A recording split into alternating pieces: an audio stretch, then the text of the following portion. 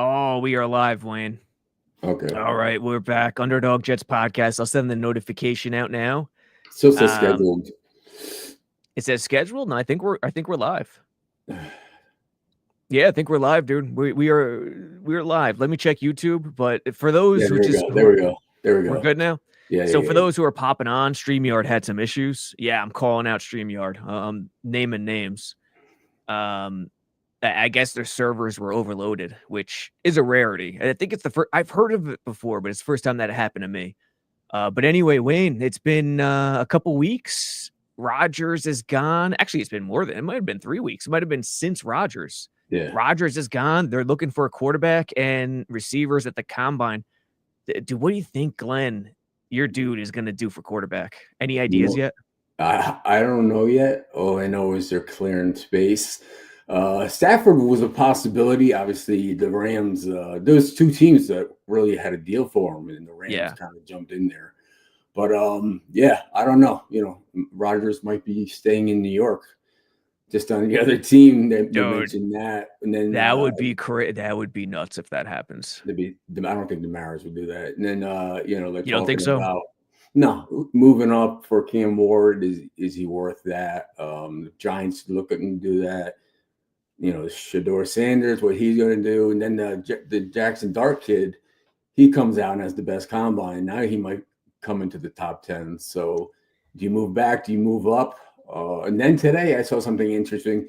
Maybe as a bridge year, they'll use Tyrod Taylor and get a young guy, bring him along. But I would think about it. I would go with Tyrod Taylor because you're set there and you're worried about other stuff. Yep. And get a younger guy. But I would be comfortable with that if they could spend the money elsewhere. What do you think about that? Yeah, I think if it's Tyrod will be part of the mix, but if it's Tyrod, they got to have at least another option. Like, oh yeah, no, what a clear option for the next year, but let's sit behind a vet. Because if he would have came in the last 5-6 games, it would have been different. Then someone said he was playing hurt, who wasn't doing good. I just like Tyrod as an option in the back of your mind in case we can't move back or get the guy we want. I would be comfortable with that for a little bit. But what about these? There's nothing. I didn't watch the combine. I don't watch it. There was nothing like amazing. There maybe there's one or two big guys that ran fast, but there was nothing amazing 4.2 or crazy stuff. What are they saying about the quarterbacks and receivers? Well, I mean, the quarterback that had a disastrous day was Will Howard, the Ohio State quarterback who was what did he start? 9 for 9 or 10 for 10 against Notre Dame in the championship game. Killed my Irish, but had a bad combine, and I think Shador's gonna drop. He's dropping Shador Sanders.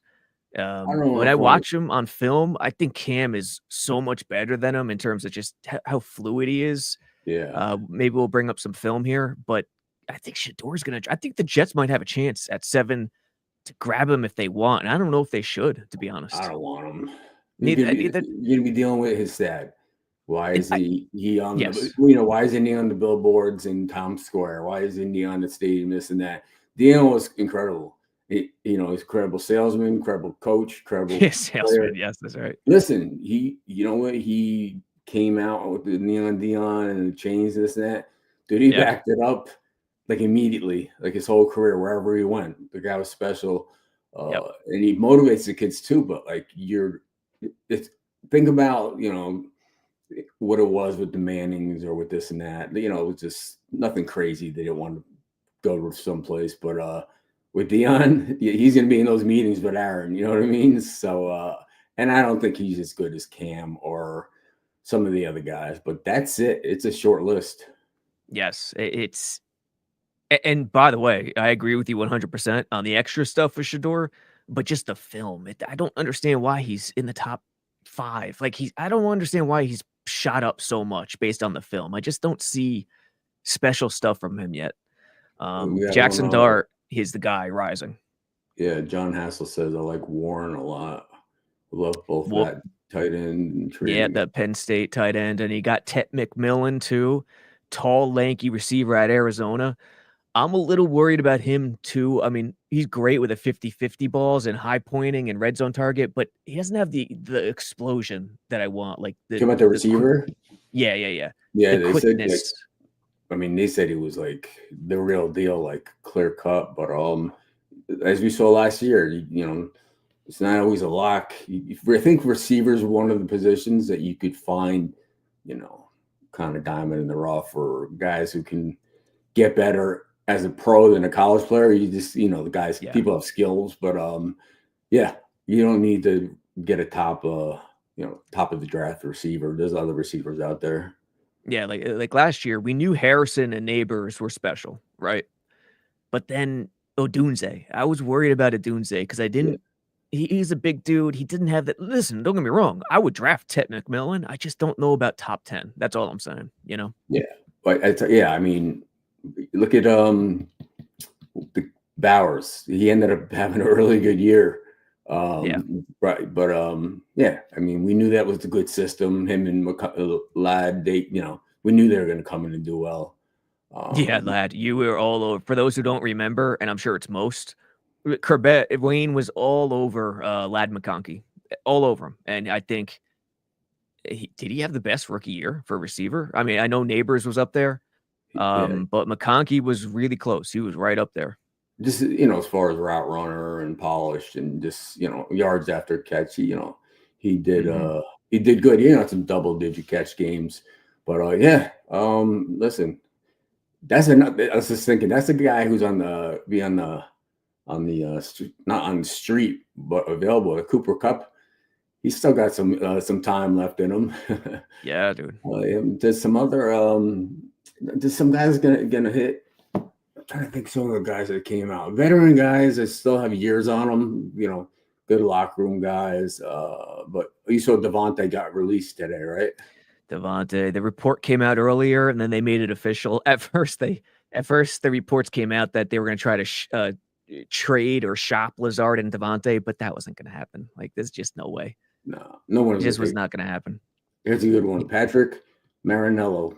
Thanks for tuning in. Brian Thomas Jr. was the best to me rookie receiver from last year. You know what? He was my number 2. Yeah. I had Griffin get him late in the draft. Yeah, fantasy, and he worked out really well. But yeah, he was he was in the mix as one of the top, and he went. Did he go later, first round, second round? But he went like a year too. Yeah, he went like 18, 19, 20, somewhere around there. Was there any whispers about Trevor Lawrence or Sam Darnold come out? I mean,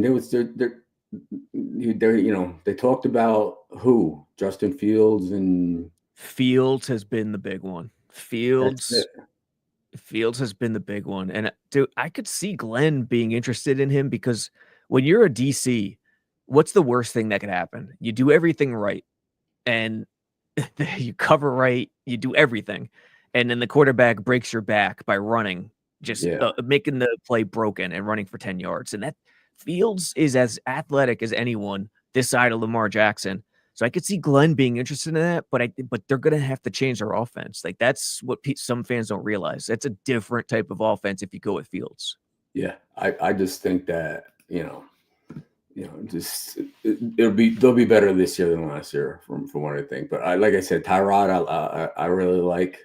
Just having watched him play over the years, not the future, obviously, but nice to know you got that in your back pocket because last year, what were we looking at? Somebody said Zach's going to be, thought of as a good guy to come in and compete for a spot. So Zach Wilson? Yeah, because there's nobody out there. No, there's not. We're working with Carson Wentz, Zach Wilson, Kirk Cousins is going to be available. That's it, man. I mean, it's Mariota, Jameis Winston. Let's see. Oh, someone asked me a good question. Mickey said, Wayne, who's the most talented teammate at the receiver position you ever played with? You know what? It's that's different. A good question. For route runners or for hands or for I mean, overall explosiveness, like one cut and go. I mean, Laverne's and Santana. Like Santana, when he got the ball in his hands, he was a punt returner. So when he got a quick screen or this and that, like in today's game, Santana he'd be taking these little slip screens and smoke He'd be a screens. monster. He'd be a Yeah. monster today. I don't think What he about ever got like a jet sweep or anything like that. Nah, you guys didn't do that. I mean, well, the NFL didn't morph into that yet at that point. Yeah. There weren't that many jet sweeps. Like at that point with the physicality, read options and jet sweeps, you get your head taken off, with little guys. So So the guys I play with mostly, I maybe you don't see what they do in like one-on-ones and stuff. You see it in the game, but you see them in one-on-ones, just abusing people. how about LC Keyshawn was with just his who's that? what about Keyshawn? We know he wasn't a burner, but 50-50, that stuff, was he really noticeable? Because I never thought I know he was great at USC, but he didn't scream number one pick status to me at the time, I don't know. I mean, we were looking for something to come spark something, Yeah. but he probably out of all the receivers I played with had the best like body control. Yeah. Like basketball. High point in it, but like jumping at the right time and just like know when to cover up, know when to just mid it and go. Yeah, he had really good body control, and he used it. He used his length. Yes. Like I said, it's different, And then I didn't play with too many guys for more than 1 year. You know what I mean? Mm-hmm. I mean, rookie year, there's nobody really mentioned, and then no, Webster Slaughter came in, and Jeff Graham, they and Van Dyke. Webster Slaughter, man, he ran some nasty routes. He was a little guy. I don't remember Webster Slaughter with you guys. Yeah. Jeff Graham had huge hands. I mean, he just. I remember Graham. Yeah. Yarbrough. He was my rookie year, but yep. Yeah. Van Dyke. Yeah, Van Dyke was there, but it was like there was two groups Jets fans remember the most: you, Keyshawn, and Diedrich, and then you, Coles, and Moss. Anyway, here's a post-combine mock draft from PFF. Got Tyler Warren at number 7, and my best guess right now. Wow, McMillan at 4. Oof, it makes me nervous, McMillan. I don't think unless you're generational, like can't miss. There's no sense. The difference between 1 and 1A, 1B, it's not a clear cut 1 and then everybody else. Right. I mean, is that Cam Ward? I don't think so. So I'll go down to Tennessee. Abdul Carter at 1. Yes, he is a bona fide top 10. Can't miss guy. He separates himself. Cam Ward, I don't know. As a quarterback, I just don't know.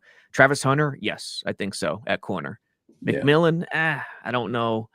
The tackle, I don't know too much about. Genty at 6. That is high for a running back. Man, I haven't seen this yet. They said I don't know if Dallas said they were out. Look, you said the Jets tight end. We don't. I mean, obviously, I think confident like that. We need a tight end. Obviously, it's a great weapon. Yeah. Especially if you're bringing in a young quarterback. But like, where are we at? Where are we at with the offensive line? Last year, that's what we were thinking about. Like, we don't have as many holes to fill. But you're looking at the D tackle there. I mean, these are the two, Wayne. I think Mason Graham, because he's 320. I think if I'm Glenn, I want to balance out my team. And this D line right now, they're all small guys who attack gaps. They need like 2 gappers who could take up space and take on blocks in a different way. Mason Graham is that guy. And on the offensive line, Will Campbell. I think those are the 2. And knowing Glenn, he's going to start from the trenches, I feel like. Coming from Detroit and being a Parcells guy, no. And DJ Reed's gone, right? So we're going to need Reed's someone gonna be gone. there that's good or serviceable. Certainly need safety. This is interesting. And people say this, it says in Wayne we trust. I'd gamble with Winston or Cousins. We have that. We have that person right. It's Tyrod Taylor. He's in the building. He's under contract. What's the difference between Jameis Winston and Tyrod Taylor? Boring interviews or not. I'm just saying. No, Tyrod's one of the best dressed in the league every year. But Okay, true. But no, but Jameis is what's the a difference? character. He's like a cartoon character. That's the only difference, basically. Yeah, Yeah. I think Jameis and Tyrod's the same person. Cousins can't show up like that. I mean, Baker Mayfield, he came, that's okay. He's a gamer, but he could start on a lot of teams. Baker, some of these guys are just like, flash in the pan kind of thing. But I don't know. I don't know what they're gonna do. But at least, like you said, we don't need to, freaking, 5 must-need positions like we had before. Yeah, they have talent. They have talent on the roster. But I wouldn't be opposed to trading down. Like that would be not my number one. If not Graham or the tackle of Campbell, I would try to trade down personally right now. Yeah, let me ask you this. Tyrod has a really bad history of injury concern. I don't know too much about that because people keep bringing that up. It's legit. Like it's a legit gripe based on the times, the seasons he's had a chance to start, he's generally gotten hurt. Gotcha. So, it's been a while too. Like he's been a backup for a while, but it's a concern. Gotcha. He's on the roster. I don't anticipate him not being on the roster because it doesn't make sense not to. So, you still got to grab another body or two. And I'd be stunned if it's not this way. Tyrod, a free agent guy and a draft guy. Probably if not Jackson Dart, middle of the first round, God forbid 7 if he shoots up. If not him, then you get a guy in day 2, like a Will Howard or McCord or Milrow or something like that. McCord didn't do as well. I think if you're near Dart, you might take a shot at him. You got to give up too much to get up to 1 or 2 or 3. Interesting. Did you see the news with Jordan Travis and all that? Blaming the medical staff for rushing him back, and he got hurt again, and this and that. Like they're really, him and his agent and his group are really going after the Jets, saying like, yeah. I haven't dug into it yet, but I kind of know what's happening. What was it? Was it his agent that was stirring the pot? What happened? Yeah, injuries. He took, on your thing where it says, Jets quarterback, Florida. He took the bio. His bio. He took a New York Jet off it.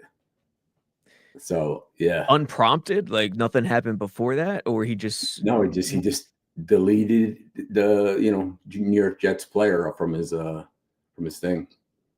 I mean, hey, we don't know what's happening behind the scenes. Maybe it's an accountability thing. I think they try to rush him. It was way too fast. I never heard of that back then. They never said, "Hey, we're getting Jordan right."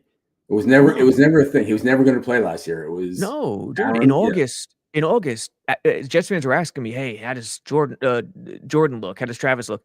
And I told them, I go, he's limping still. Like he's not going to play this year. He has a serious limp. He's not practicing. So I didn't see anything in terms of rushing him back. No, did they get injury again? Dude, he was going to have an 18-month rehab. Whether he could have been 100% healthy, he wasn't going to get in. They weren't going to play him. He's not the future. I mean, immediately, he was going to have to wait his turn. So I don't know why they say they were rushing him. What were they rushing him to get ready for the offseason? So I don't know. Maybe they're trying to get him out of town or injury settlement or something like that. It's a strange one. He didn't Travis, and whoever's listening, help us out here. Didn't Travis make comments, Aaron Rodgers related comments a couple weeks ago? Or maybe it wasn't Rodgers. Maybe it was something else. He made comments publicly, not bad comments, but maybe he made some comments and the Jets or Glenn are like, hey, this is a new regime. Like, let's pipe down on social media type thing. You know what I mean? And maybe he got upset at that. I'm just guessing.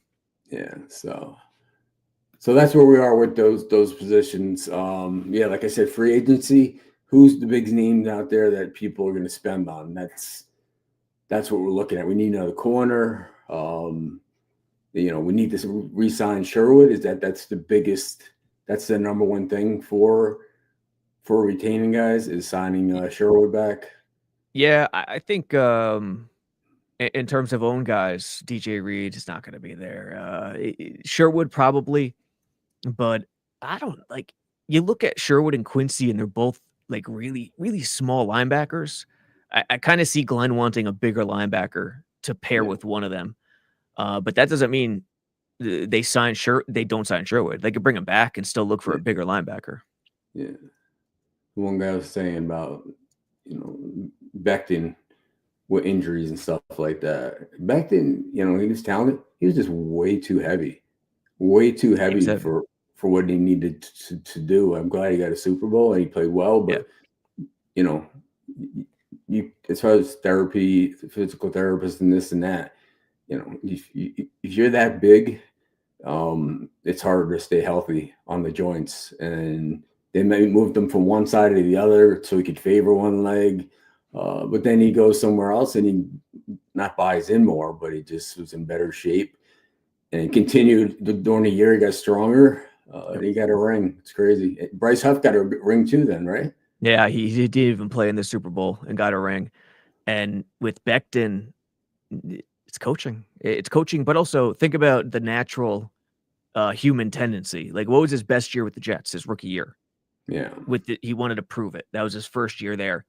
And then now, what's his best NFL career? His first year with the Eagles. So let's see if it keeps up next year and the year after.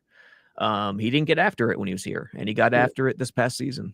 No, good for him. Good for him. Yep. So here's the receivers.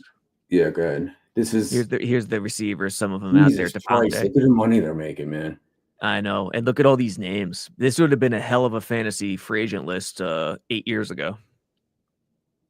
Devontae, Diggs, Keenan Allen, Amari Cooper, Godwin, Brandon Cooks with an I, Brandon, Deontay Johnson, DeAndre Hopkins, Mike Williams, Robert Woods. Yeah, man. I mean, what do you want out here?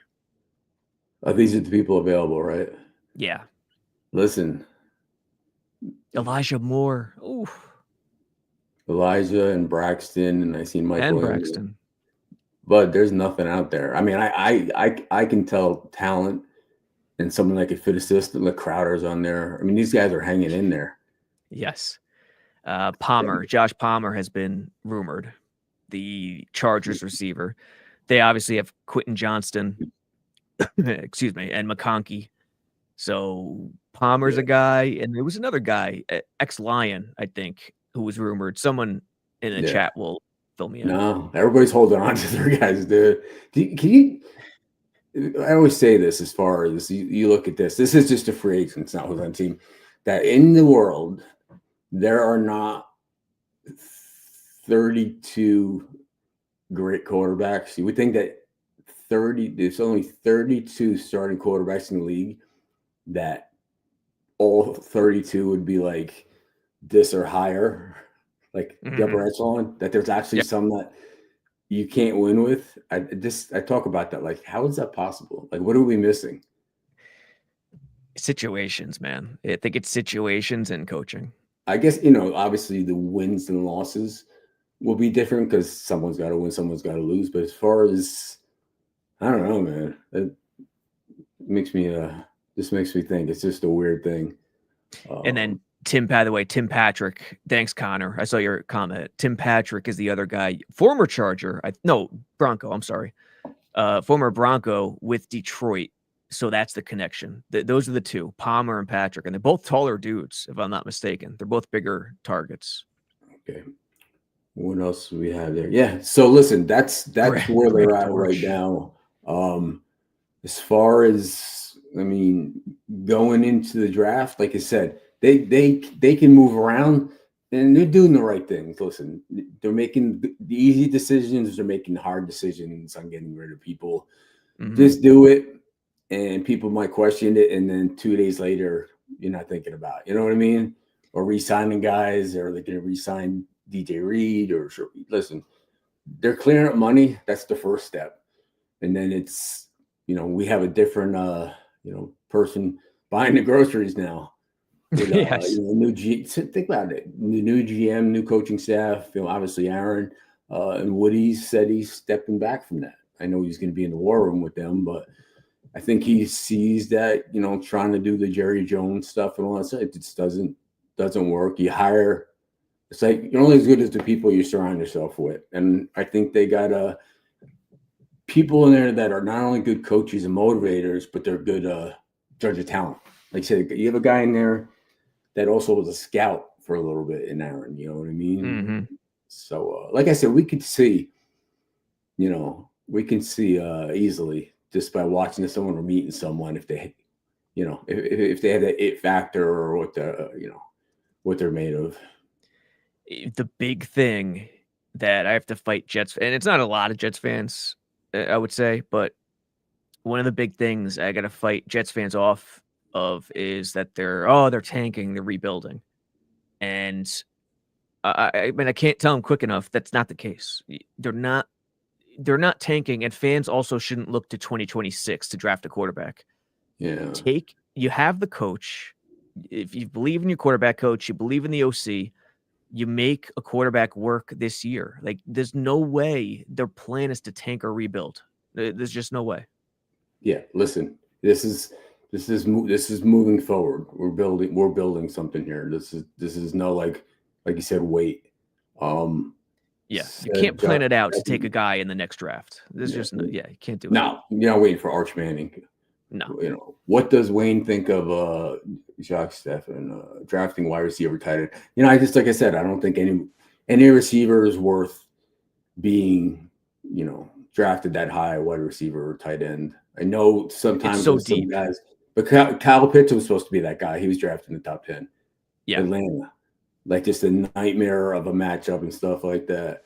But wide receiver, no, I just don't see it. I think you could get good receivers second, third, fourth round, and sometimes they're undrafted. It happens. Mm-hmm. You know what I mean? But yep. I see linemen like a left tackle or like a center or linebackers. I just think they're more harder to find than a receiver, tight end, that kind of thing. Agreed. It's just not as deep. Think about what college football is now. It's O-linemen are tougher to teach. O-linemen are tougher to find. Why? Yeah. Because spread offenses and throwing the ball all over the lot. So receivers and tight ends are deeper, but the O-line is tougher to teach and find. Yeah. So that makes sense what you're saying. 100%. Yeah. So like I said, it's just and there's you said it's just different. Like you said, so my answer to that is no. I would never use a high pick like that, unless it's like I said, it's someone where you're like, wow, we got to have this guy. And I don't think any receivers are that. And there's no. I mean, who was the last quarterback that was like that? It was really like they're like this guy can't. Quarterback? Yeah. I mean, the kid from USC was supposed to be a lock last year, and Daniel ended up having a better year at Washington. Yep, but very true. I would take those guys in this draft. I would take them 1-2 still. Yep, very true. I mean? Over anybody in this draft, I would take the guys from last year. 100. Trevor Lawrence, like he was supposed to be the next generational guy, and like what's he been doing? It just goes to show you, coaching means so much. Greg Rallo, I'm with Wayne. No to Sanders. Yeah, dude. Yeah. Listen, I don't know. I don't think he's just even if he's as good as a player as the other ones, it's just not worth. I mean, you're gonna, it'd be big buzz, this and that, but I don't know if it's worth maybe having a drama. Not saying it just he'd be in the papers every day about something. Could you imagine the back pages? Yeah, I mean, no, the quotes, this and that. You know what I mean? And it's going to be tough. It's going to be tough on his son, on his dad too. Yeah, because he's not going to have complete control of his son. But I do think Dion will have control where he goes, and he has every right to do that. Dion knows every franchise and every owner. You should be able to place this kid in maybe one of 5 places. Obviously, he doesn't want to be in some place. I don't blame him. Why go to a place where he's never going to win? Yeah, if you have the power, why not try? For sure. In Wayne we trust says, Wayne, can you please come back and play opposite Garrett? We are in dire need of receiver talent. Jets fans are a little mad at me because I got on Garrett Wilson in one of my recent articles, but it was tough love. I love Garrett, but sometimes tough love is good. Yeah. Actually, when he just wrote, Glenn doesn't seem like he wants any drama. There's no You reason to have think? drama. Yeah. Yeah. He's not that guy, man. It's just not worth it. No. He's been around enough to know, I'll take this guy that doesn't have all this crap. I want the guy that, shows up. There's no like, oh, I wonder why he's late. I wonder why he's not coming. Or, he's reading a book on the sideline, or he's doing that, or he's getting in newspapers, staying out. It's just not worth it. There's enough players out there to find that will buy in. You think Dan Campbell was taking that stuff too? No. When your coach can beat up any player in your team, then Campbell's nuts. Then they're gonna listen. Not saying Aaron can beat anybody up, but listen, he's not taking. I wouldn't challenge him. Listen, it's just deceiving, but it's funny. I know Aaron is this and that, but he was always just tough guy. Didn't have to talk about it. He just was, and that's it. You didn't have to talk about how tough he was and how he dominated receivers and stuff like that. Don't talk about it. Just be about it. Yep. All right. Final questions, folks. What do you got? You saw something? Where would you draft Buka? Is that the kid from Ohio State? Yes. Freak of an athlete. But there's questions regarding, fitting into the offense and reading coverage. But man, his skills, his athleticism is off the charts. Here's a good question for the last one, Pep Chada. Yeah. How would Ladd McConkey do in this draft? Based on what we know now, he'd be in the first round. But based on what they think. His college.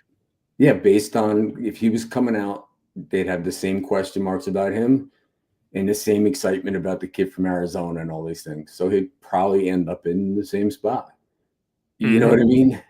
Mm-hmm. It's the same. There's these guys who, not hit or miss, but these guys who could be like special. And then, he's there. He can have a good career, good long career. You're not sure, how high the ceiling is, but it's not, it's not low. It's a high floor. Yeah. Yeah, high floor.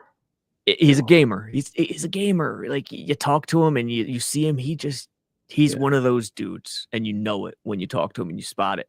And I think something happens around this time of year in February where we're all bored and we want football, we want news, and everyone gets married to the mock drafts. Yeah. You know what I mean?